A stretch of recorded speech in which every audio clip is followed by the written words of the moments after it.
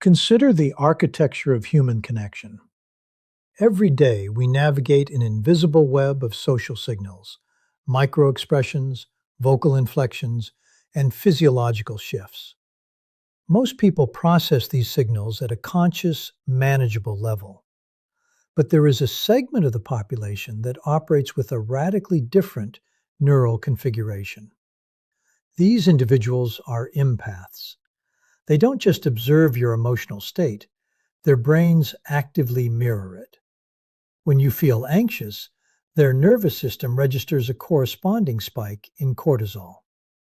When you suffer, their anterior insula, the brain region responsible for processing vicarious pain, lights up. This deep capacity for emotional resonance is a profound gift, but it comes at a staggering cognitive and physiological cost. It requires immense emotional regulation to carry the weight of someone else's internal world alongside one's own. Because of this, empaths are incredibly resilient. They will absorb, rationalize, forgive, and endure behaviors that would cause others to walk away instantly. They give relational credit where others would declare bankruptcy. But this brings us to a critical, dangerous paradox. Because empaths are so profoundly patient, and because they possess an almost infinite capacity for second chances, people often make a fatal miscalculation. They assume the empath's tolerance is a sign of weakness, or worse, a blank check for poor behavior. They believe that because the empath hasn't fought back, screamed, or issued an ultimatum, everything is fine. This is a profound error in emotional intelligence. There is a specific, psychologically devastating threshold. If you cross this line, if you commit this one specific emotional violation, you trigger a radical, permanent shift inside them. You won't see a dramatic explosion. There will be no tears, no screaming matches, and no grand cinematic confrontations. Instead, something much more chilling happens. A quiet, absolute, and permanent erasure. They will simply slip out of your life, closing the door so softly you won't even hear it click.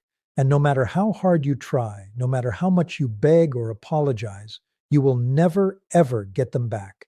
They will be gone forever. Why does this happen? What is this specific psychological trigger that fundamentally rewrites an empath's neural blueprint for a relationship? And more importantly, how can you recognize if you are actively pushing someone you love toward this point of irreversible withdrawal right now? To understand this phenomenon, we have to look past the surface of standard relationship advice. We must examine the hidden neurological mechanics of emotional burnout, the subtle signs of a dying connection, and the exact behavioral boundary that, once crossed, forces an empath's survival instinct to override their capacity for love.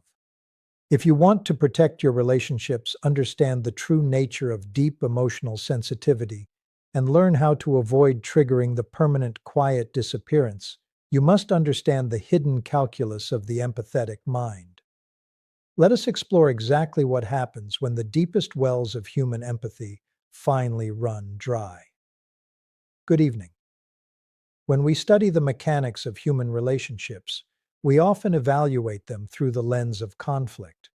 We measure the health of a bond by how people fight, how loudly they argue, or how passionately they disagree.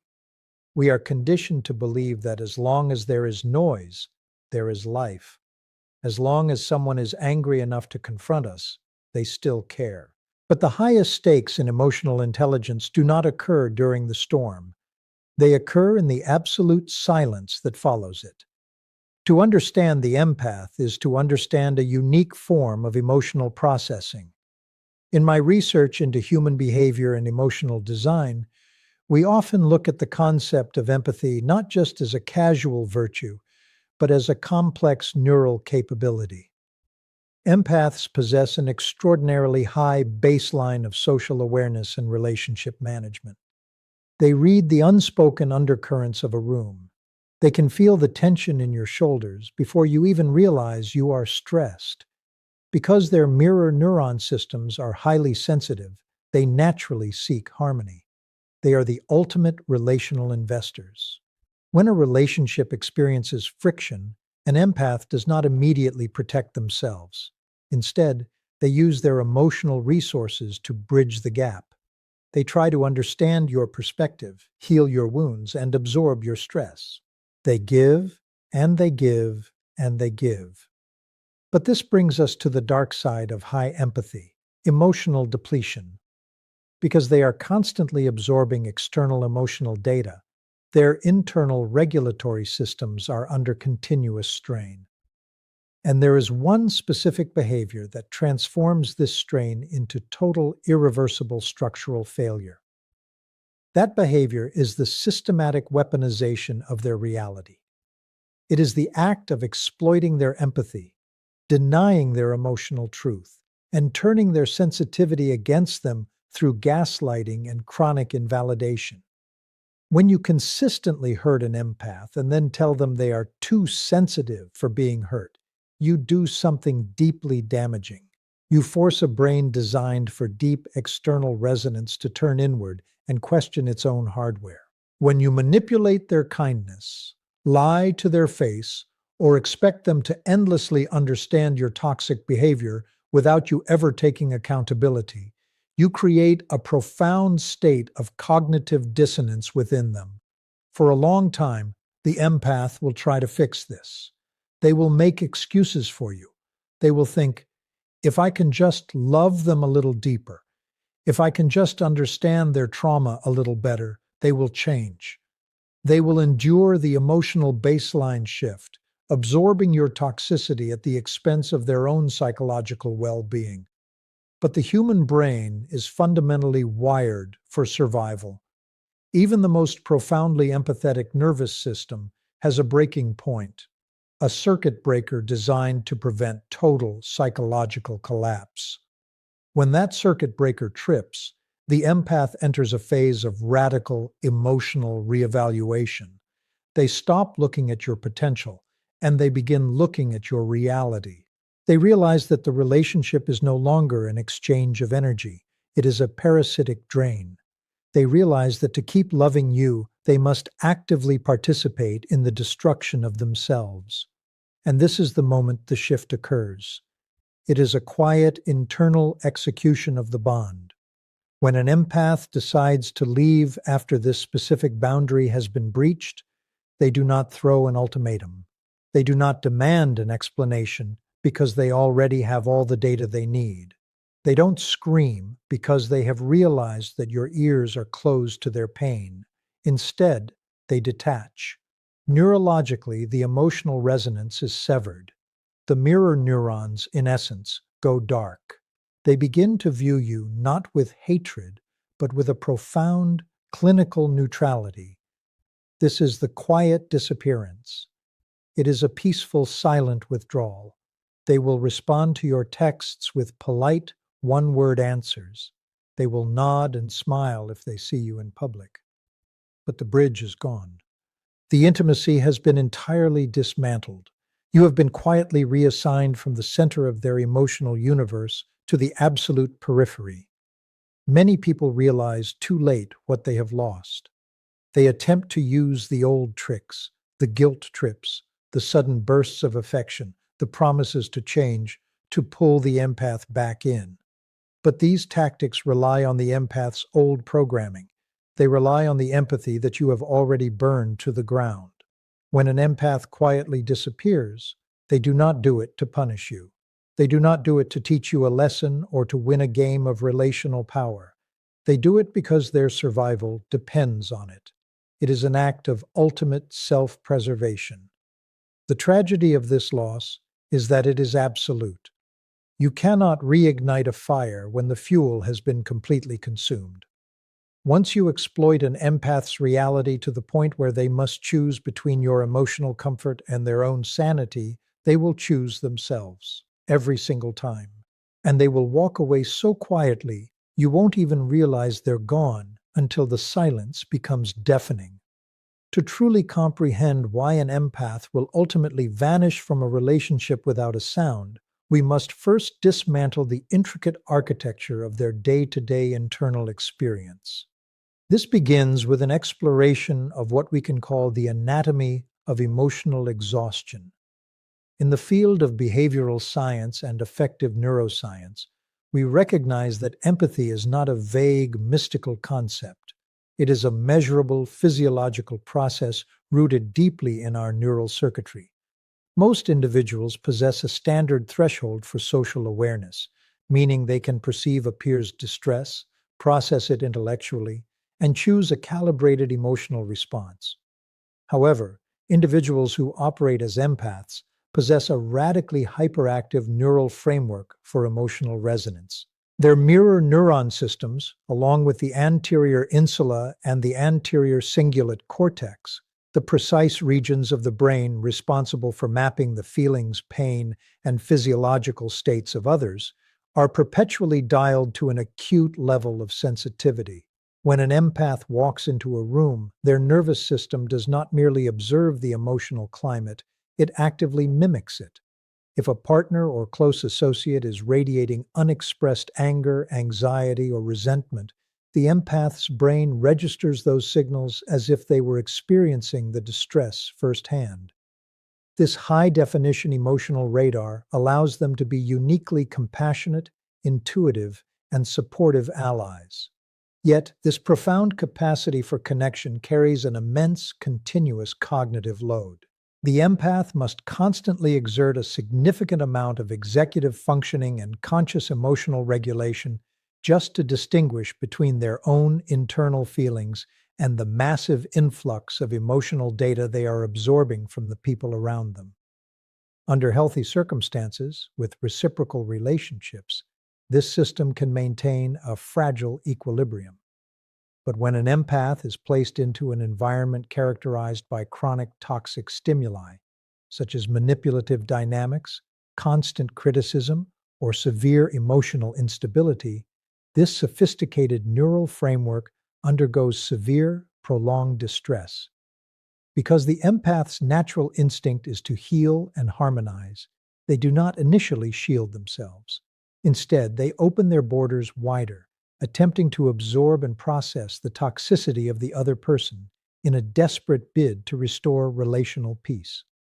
Over months or years, this relentless influx of negative emotional data acts as a psychological toxin. The prefrontal cortex, which works over time to manage this emotional overflow, eventually faces cognitive depletion. The empath's internal resources are entirely spent, leading to an involuntary protective shutdown of their emotional processing centers. This is not a conscious choice to be cold or distant. It is a systemic failure of their relational hardware due to chronic overload. Just as a highly sensitive electrical grid will automatically trip a circuit breaker when flooded with a massive surge of dangerous current, the empathic nervous system reaches a critical threshold where it can no longer safely process the relationship. The constant flooding of stress hormones like cortisol and adrenaline erodes their capacity for resilience. When this state of total emotional exhaustion is reached, the neural pathways that once fueled their deep empathy and desire for connection simply go dark. The anatomy of their exhaustion dictates that they no longer have the literal biological energy required to engage in conflict, negotiate boundaries, or offer second chances. Their withdrawal becomes an organic, inevitable consequence of an overloaded system that must completely disconnect from the toxic source simply to ensure its own psychological survival and prevent absolute neurological collapse. When a relationship with a deeply sensitive individual begins to fracture, the human ego naturally expects a highly visible, predictable sequence of events.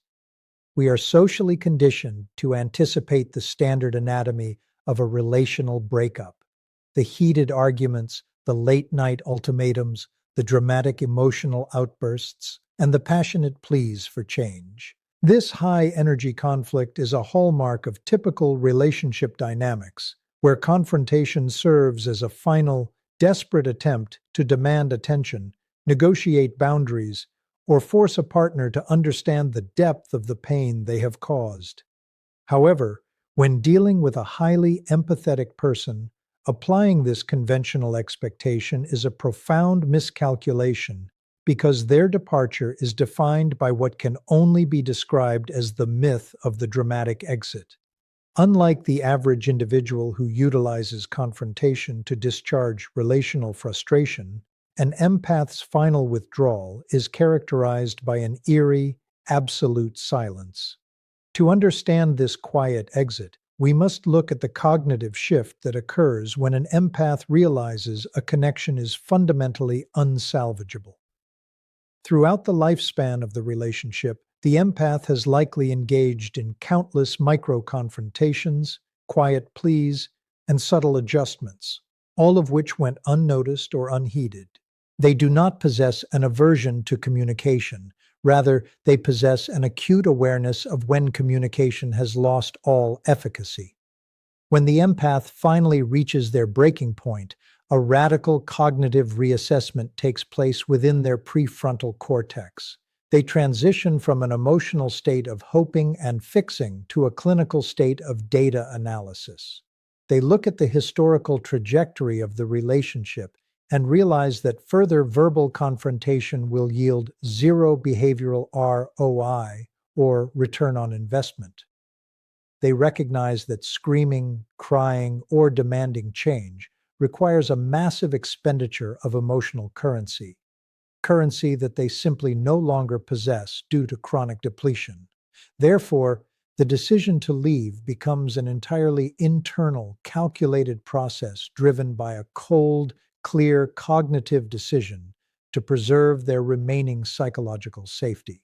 There is no desire to punish the other person, no lingering wish to trigger guilt, and no need for the cinematic closure that most people crave. Because their primary objective has shifted entirely from relational repair to personal survival, they bypass the dramatic exit entirely. A dramatic exit requires engagement. It requires a belief that the other person's reaction matters, or that the bond can still be shocked back to life through a display of intense emotion. By the time the empath is ready to disappear, that belief has been entirely extinguished. They understand that a loud, chaotic departure will only invite more manipulation, more false promises, or more exhausting conflict, all of which threaten their fragile state of mental equilibrium. Consequently, they choose the path of absolute non-resistance. They stop fighting, they stop correcting your misconceptions, and they stop defending their perspective. This lack of friction is often misinterpreted by their partner as compliance or acceptance, when in reality it is the quiet before the permanent severance.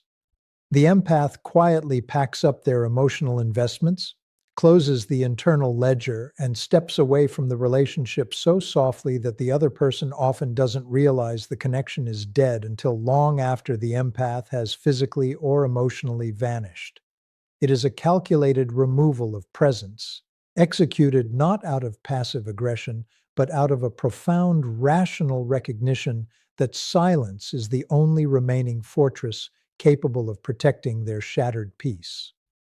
To pinpoint the exact catalyst that fundamentally rewrites an empath's neural blueprint for a relationship, we must examine the specific insidious nature of the critical trigger: cognitive dissonance and chronic gaslighting. While an empath can endure immense amounts of stress, external chaos, and even personal flaws in a partner, their system cannot survive the systematic distortion of reality. Because empaths navigate the world through an acute sensitivity to emotional truth, they rely heavily on a shared baseline of honesty to maintain psychological stability. When they perceive a mismatch between what a partner says and what that partner actually does, it creates an immediate state of internal friction. However, when a partner actively weaponizes the empath's sensitivity against them, this friction escalates into a devastating cognitive crisis. This occurs when a partner commits a violation, acts selfishly, or breaches trust, and then systematically denies the reality of the event. When the empath addresses the issue, the partner counters by telling them that they are imagining things, that they are crazy, or that they are simply too sensitive to handle the normal ups and downs of a relationship. This specific behavior is a direct attack on the empath's primary tool for navigating existence, their intuition. By twisting the narrative, the manipulator forces the empath to experience a profound state of cognitive dissonance, wherein their internal emotional data tells them one thing, but the person they love tells them another. Because empaths are naturally introspective and highly prone to self-examination, their first instinct is not to blame the partner, but to doubt themselves. They begin to wonder if they really are misinterpreting the signals, if their high-definition empathy is malfunctioning, or if they are indeed demanding too much. This internal conflict is incredibly exhausting, requiring an immense amount of cognitive energy to constantly audit their own sanity and reevaluate their memories. The true danger of this dynamic is that it exploits the empath's natural tendency to give others the benefit of the doubt. The manipulator uses the empath's capacity for deep understanding as a weapon to bypass accountability. Over time, this chronic invalidation erodes the fundamental boundary of trust, not just trust in the partner, but the empath's trust in their own mind. This is the precise behavioral line that, once crossed, triggers the psychological self-defense mechanisms of the empath. They eventually realize that the relationship requires them to actively participate in the erasure of their own reality. They see that in order to keep the peace with their partner, they must wage a continuous, destructive war against their own perception of truth. The moment the empath fully recognizes this pattern of manipulation, a profound psychological shift occurs. The cognitive dissonance evaporates, replaced by a cold, clear realization that the connection is inherently unsafe. They recognize that the person who claims to love them is actually demanding that they abandon their own sanity to sustain the bond. When an empath's reality is systematically distorted, it destroys the very foundation upon which their empathy is built, making it biologically and psychologically impossible for them to remain attached to the source of that distortion. When the chronic erosion of an empath's psychological well-being finally reaches its apex, they arrive at a psychological point of no return. This threshold is not an arbitrary line drawn in a moment of anger, nor is it a temporary boundary meant to negotiate better terms within the relationship. Rather, it represents an absolute, mathematically certain tipping point where the neurological and emotional cost of maintaining the connection definitively outweighs any lingering hope for reconciliation. To understand how an empath reaches this definitive state, one must analyze the internal ledger they keep. Empaths are inherently designed to operate with a high degree of relational patience. They will continuously invest emotional capital, forgive egregious transgressions, and offer endless second chances because their neural architecture is optimized for repair and connection. They naturally focus on a person's potential or their underlying trauma rather than their current toxic behavior. However, this capacity for endurance is not infinite. Beneath the surface, a silent accumulation of data is occurring. Every instance of unacknowledged harm, every shrugged-off apology, and every moment of gaslighting acts as a withdrawal from their central reservoir of psychological energy. Eventually, the empath hits a level of systemic deficit where the brain's survival mechanisms must override its social bonding mechanisms. At this precise crossroad, the prefrontal cortex conducts a profound, clinical cost-benefit analysis of the relationship. The empath looks at the cyclic nature of the damage and realizes with absolute clarity that further investment will only result in the total bankruptcy of their own mental health. The illusion that things will improve vanishes, replaced by a stark, unyielding recognition of reality. When this threshold of no return is crossed, a permanent neurological shift occurs. The emotional attachment, which once felt flexible and resilient, becomes completely calcified. The boundary becomes absolute because it is no longer fueled by active resentment or volatile anger, emotions that are intrinsically tethered to caring, but by a profound clinical detachment. The empath stops hoping for a change in the other person's behavior because they have accepted that the person is incapable of or unwilling to change. Consequently, the capacity for reconciliation is entirely extinguished. The bridge back to intimacy is not merely closed, it is completely dismantled. Even if the partner suddenly experiences a breakthrough, offers a genuine apology, or promises radical transformation, it is simply too late. The empath's internal mechanism for processing that specific relationship has already gone offline to prevent further psychological collapse. The decision to sever the bond permanently is recognized not as an act of cruelty or retaliation, but as a mandatory act of self-preservation. The empath understands that leaving is the only way to halt the continuous hemorrhage of their core identity. Once the threshold is crossed, the empath views the relationship from across an unbridgeable chasm, possessing a quiet certainty that no amount of begging, pleading, or bargaining from the other party can ever alter. The internal door has been locked from the inside, the keys have been discarded, and the empath has already begun the process of orienting their nervous system toward a life where that person simply no longer exists. To fully demystify the ultimate departure of a highly sensitive individual, we must accurately categorize the behavior that defines their exit, recognizing the quiet disappearance strictly as a sophisticated mechanism of emotional self-regulation and survival. When a partner or friend notices that an empath has completely detached, their immediate cognitive response is often to view this sudden silence through the lens of standard relationship dynamics. They may misinterpret the absolute withdrawal as a passive-aggressive maneuver, a silent treatment designed to manipulate, or a calculated punishment meant to inflict emotional distress on the person left behind. This interpretation is a profound error in emotional intelligence, as it projects a desire for control onto an action that is entirely about a desperate reclamation of autonomy. In the field of emotional intelligence, we recognize that true passive aggression requires a significant expenditure of interpersonal energy. It is an active strategy used to elicit a specific reaction, spark guilt, or force a confrontation from a position of hidden anger.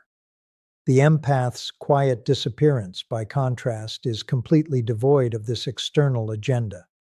It is a state of deep, protective neutrality that occurs when the empath's internal resources have been so thoroughly depleted that they can no longer afford to allocate a single unit of emotional currency to the relationship.